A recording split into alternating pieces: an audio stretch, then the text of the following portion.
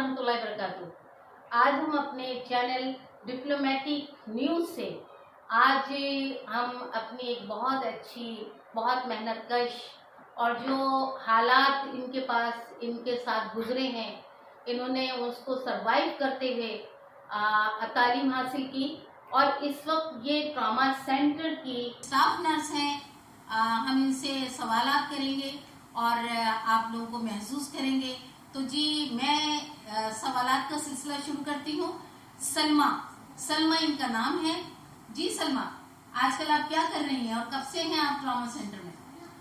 आजकल मैं trauma centre में जॉब कर रही हूँ, जो कि मैंने रिसेंटली ज्वाइन किया है, तकरीबन 1 साल हो गया है। और ट्रॉमा सेंटर में मैं ऑर्थोपेडिक डिपार्टमेंट में एज अ स्टाफ नर्स हूँ। अच्छा, तो आपने मैट्रिक कहाँ से किया? मैंने मैट्रिक कराची सिंह बोर्ड से किया है और इसके बाद मैं आगे पढ़ना चाह रही थी, लेकिन मेरी जो कम्युनिटी है, जो मेरी कास्ट है, उसमें अलाउ नहीं था कि लड़की मैट्रिक के बाद भी पढ़े, क्योंकि उनका मानना है निकाहनामा पे साइन करना इट्स इनफ, लड़की को आगे पढ़ने की नीड नहीं है। बट फैमिली को एग्री करना, स्पेशली नर्सिंग के लिए, मेरे लिए बहुत डिफिकल्ट था, क्योंकि नर्सिंग पेशा अब हमारा जितना इस वक्त ग्रो कर रहा है उस वक्त इतना नहीं था और ना कोई इतना अच्छा समझता था। मतलब फ़ायदा तो सब लेते थे नर्सिंग से कि ठीक है हमें नर्स प्रोवाइड हो रही है और हमारी हेल्थ केयर अच्छी हो रही है, बट अपनी बेटी को नर्सिंग के लिए कोई नहीं एक्सेप्ट करता था। तो मुझे बहुत मुश्किलात का सामना करना पड़ा, बट अल्हम्दुलिल्लाह मेरी फैमिली ने मेरा साथ दिया और उन्होंने मुझे आगे पढ़ाया और मैं आज इस काबिल हूँ कि मैं इतने अच्छे पोस्ट पर हूँ। तो आपका एम नर्स ही बनना था या डॉक्टर बनना था या कुछ और? नहीं, मेरा एम था डॉक्टर बनना, बट मेरे फादर की इनकम इतनी अच्छी नहीं थी और मैं एक बहुत ही पुअर फैमिली से बिलोंग करती हूँ, तो रेगुलर क्लासेस और इतना खर्चा मैं अफोर्ड नहीं कर पा रही थी जी। तो इसलिए मैंने फिर सोचा डॉक्टर ना सही, नर्सिंग सही, काम तो एक ही है, ज़ाहिर खिदमत खल। ठीक है, और आपको ये सब करते हुए कैसा लगता है? फील प्राउड कि मैं नर्स हूँ और हमें इतना अच्छा, और इन दिनों जो कोविड में हमें हमारे फौजी हमें सलाम करते थे, सल्यूट करते थे, आई फील प्राउड कि मैं बिल्कुल सही रास्ते पे हूँ और मैंने जो चूज़ किया अपनी लाइफ के लिए, मैंने बहुत अच्छा चूज़ किया, मैंने कुछ गलत नहीं किया और फील प्राउड करती हूँ। अच्छा, ये बताओ कि आपकी कम्युनिटी क्या है? मेरी कम्युनिटी, मैं बंगाली कम्युनिटी से बिलोंग करती हूँ और जो है इस फैमिली में मतलब इतना एजुकेशन नहीं होता, क्योंकि लड़की को इतना पढ़ाया नहीं जाता, थोड़ी मेंटालिटी लो होती है, लेकिन मेरी फैमिली अल्हम्दुलिल्लाह मेरे साथ थी हर वक्त और उन्होंने मुझे इतना सपोर्ट किया। आप लोग कितने बहन भाई हैं? हम 9 बहन भाई हैं। बहनें 6 हैं। 6 हैं जी। और भाई 3 हैं। तो इसका मतलब है 6 बहनों में आप कौन से नंबर पर हैं? 5-6 नंबर पे हूँ। 5-6 नंबर पे। बाकी सबकी शादी हो गई? बड़ों की सब मैरिड है। सब मैरिड हैं। तो आप ये बताएं कि आप यहाँ जिस इलाके में रहती हैं, यहाँ से ट्रॉमा सेंटर आप कैसे जाती हैं? मुझे तो बहुत दूर लगा ये। थोड़ा सा दूर है। अब मुझे इतनी आदत हो गई कि मुझे अपने घर से स्टॉप तक 15 मिनट्स वॉक करना पड़ता है, देन स्टॉप, बस मिल जाती है और फिर बस से मुझे trauma centre again 15 to 20 minutes walk करना पड़ता है। तो थोड़ा सा मुश्किल होता है, बट लाइफ जर्नी है, ऐसे ही है। और मैंने ये सीखा है लाइफ में कि मुश्किलात हैं तो आगे जाके उससे बेहतर आपको मिलेगा। सही बात है। तो फिर मुझे ये बताएं कि किन किन मुश्किलात से गुजरते हुए आपको ये चॉइस करना पड़ा और आप यहाँ पर जॉब कर रही हैं? मुश्किलात तो बहुत ही, देखिए अगर मुश्किलात देख के हम रुक जाएं तो आगे हमें वो चीज़ नहीं मिलती जो हम सोच रहे हैं। हमारे माइंड में होता है हमें अच्छी मंजिल तो मिल जाए, लेकिन अच्छी मंजिल तक जाने के लिए रास्ते में बहुत सारी रुकावटें भी मिलती हैं, बहुत से कांटे भी मिलते हैं। अब अगर उसे देख के मैं पीछे हट जाऊं तो फिर मैं आगे नहीं बढ़ सकती। अच्छा, और ये चीज़ करनी है तो फिर मुश्किलात का सामना तो आपने करना ही है। सही बात है। मुझे ये बता, आपका आगे का एम क्या है? मेरा आगे का एम ये है कि मैंने अभी रिसेंटली BSN किया है और मैंने रिसर्च किया था अपने टीचर्स के साथ, जो इंटरनेशनल लेवल पे पब्लिश भी हुआ है, एंड अल्हम्दुलिल्लाह उसके लिए। और मैं आगे मास्टर्स करना चाहूँगी, आगे नर्सिंग में ही। बहुत कम लोगों को पता है कि नर्सिंग आगे बहुत अच्छा प्रोफेशन है और इसमें एजुकेशन भी है। मैं नर्सिंग में रहते हुए PhD भी कर सकती हूँ, ये बहुत कम लोग जानते हैं।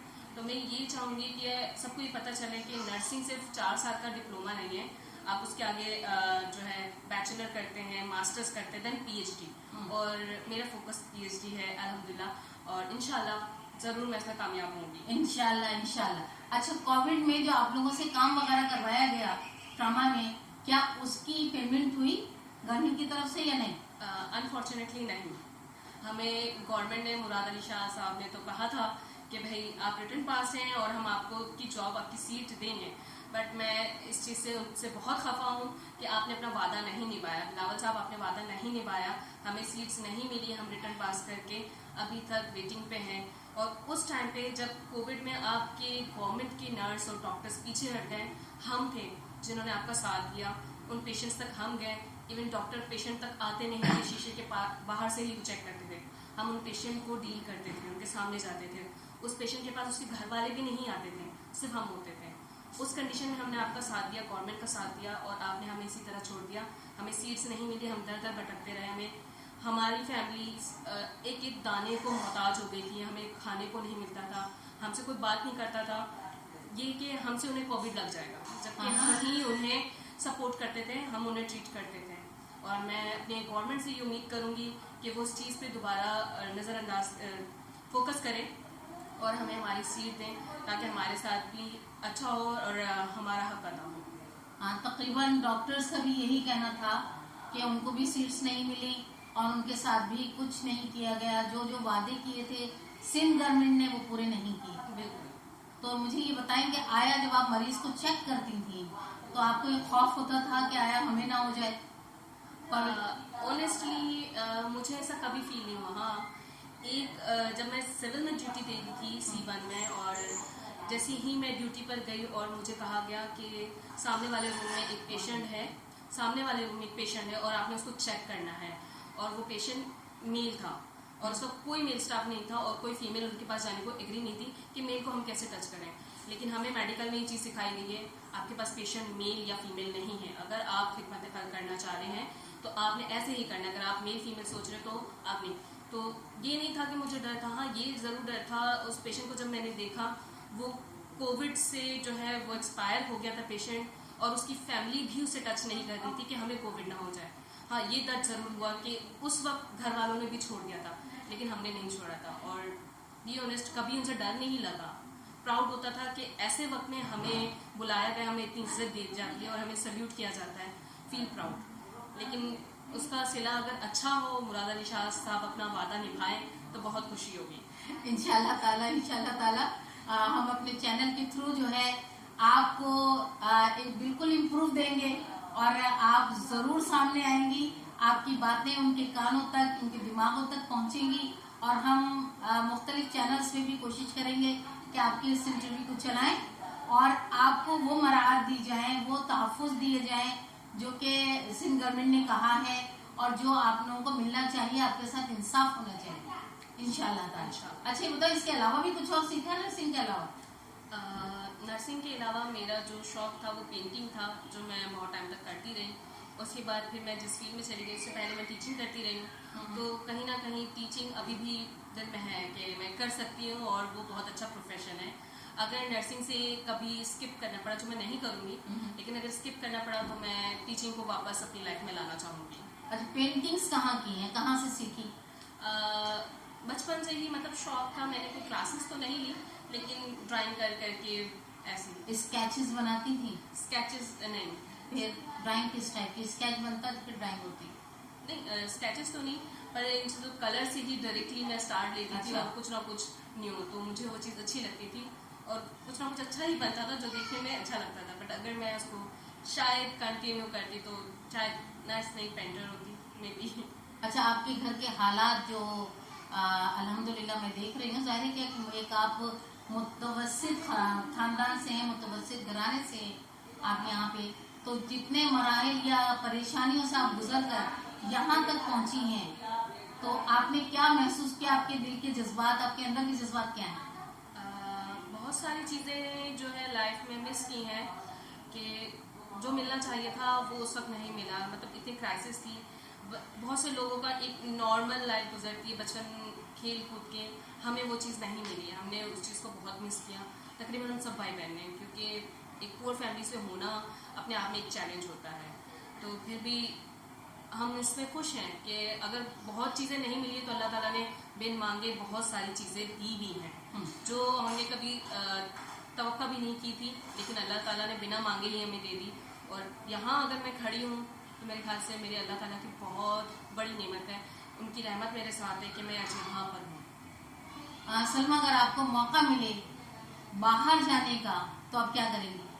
अल्हम्दुलिल्लाह अल्हम्दुलिल्लाह मैं ज़रूर अवेल करूँगी। मैं पहले भी जाना चाह रही थी, लेकिन कोविड की वजह से मेरा वीज़ा लग चुका था और मैं नहीं जा चुकी।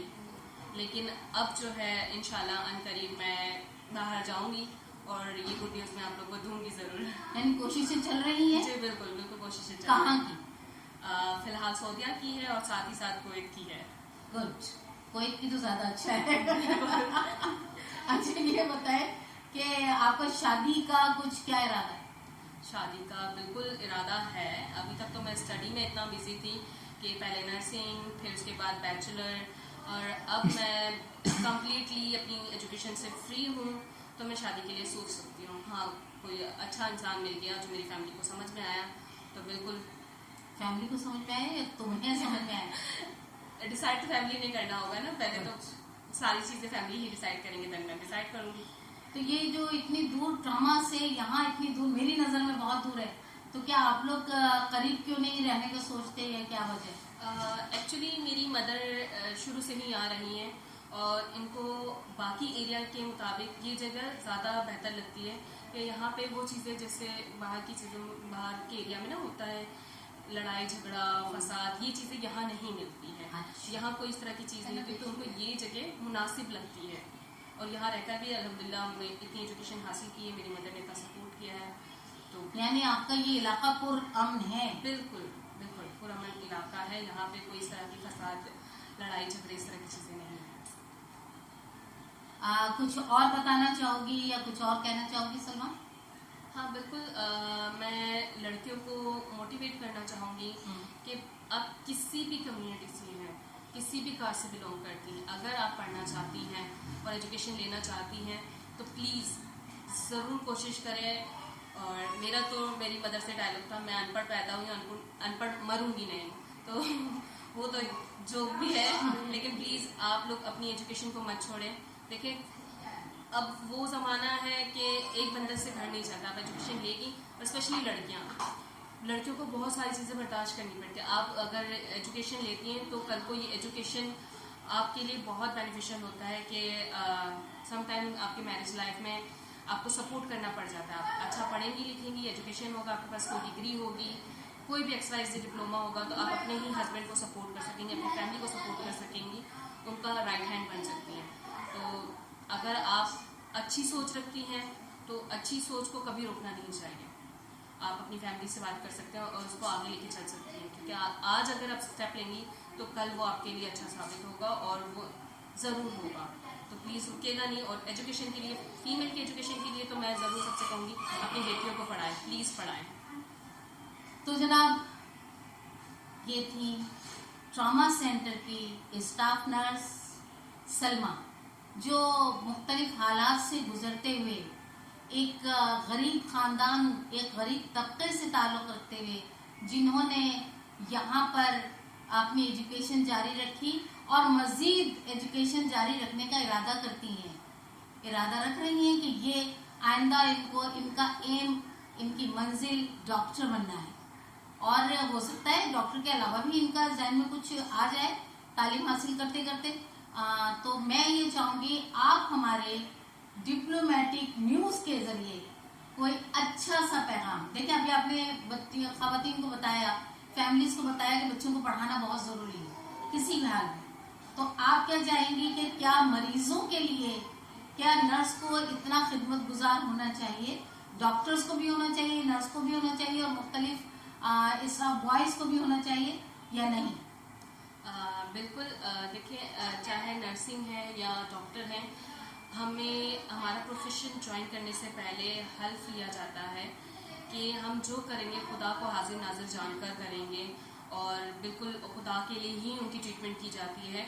उस पर बहुत सारे लोग ऐसे भी होते हैं जो गलत फ़ायदे उठाते हैं, और जैसे कि हमारे गवर्नमेंट सेटअप में होता है इतने पैसे दे दो ये काम होगा, ऐसा नहीं है। हमारा ट्रॉमा सेंटर बेस्ट है और यहाँ आप वार्ड बॉय कह लें, स्टाफ कह लें, डॉक्टर कह लें, वो पूरी ईमानदारी से अपने पेशेंट्स को देखते हैं, उनकी ट्रीटमेंट करते हैं। और मैं यही कहना चाहूँगी कि बेस्ट है ट्रॉमा सेंटर, और हमारे डॉक्टर साबिर मेमन हैं, वो इस चीज़ को बहुत गौर करते हैं कि किसी पेशेंट के साथ कुछ गलत ना हो और हर लिहाज से पेशेंट की केयर की जाती है।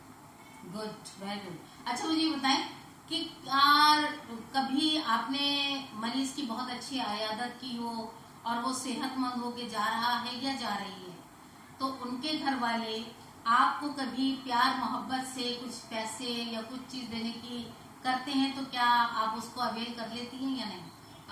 ऐसा बहुत बार हुआ है कि या तो पेशेंट या अटेंडेंट एज अ गिफ्ट कि आपने इतनी अच्छी केयर की है, और आपकी एक स्माइल ही हमारे लिए बहुत होती है कि जब आप स्माइल पास करके हमें ट्रीट देते हैं तो हम उसी में आधी बीमारी उसी में ठीक हो जाती है। तो बहुत सारे लोग इस तरह के गिफ्ट्स लेके आते हैं, तो उनसे यही रिक्वेस्ट करती हूँ कि प्लीज़ आप ये ना दें, क्योंकि हमें इसके पैसे मिलते हैं, हम जॉब करते हैं और हमें सैलरी मिलती है, तो हमारी इनकम वहीं से आती है। आप ये गिफ्ट्स देने के बजाय अगर आप दुआ करेंगे तो वो ज़्यादा बेहतर रहेगा। गिफ्ट लेना हमारे प्रोफेशन में अलाउड है, लेकिन एक ज़मीर गवारा नहीं करता, क्योंकि हम ट्रीटमेंट कर रहे हैं, वो हमारा खिदमत खल्क है और हम एक जॉब कर रहे हैं, ठीक है। लेकिन गिफ्ट लेना मैंने आज तक खुद के मेरे ज़मीर ने अलाउ नहीं किया कि आप उनसे गिफ्ट लें, क्योंकि वो बदला हो जाएगा कि मैंने ट्रीटमेंट दिए तो उसका बदला दे रहे हैं, तो वो चीज़ मेरा ज़मीर गवारा नहीं करता। इंशाअल्लाह ताला और इनको बहुत तरक्की मिले। आप प्लीज़ इनको लाइक ज़रूर करिएगा, सब्सक्राइब करिएगा और बेल आइकन को भी दबा दीजिएगा। Thank you dear, thank you very much. खुश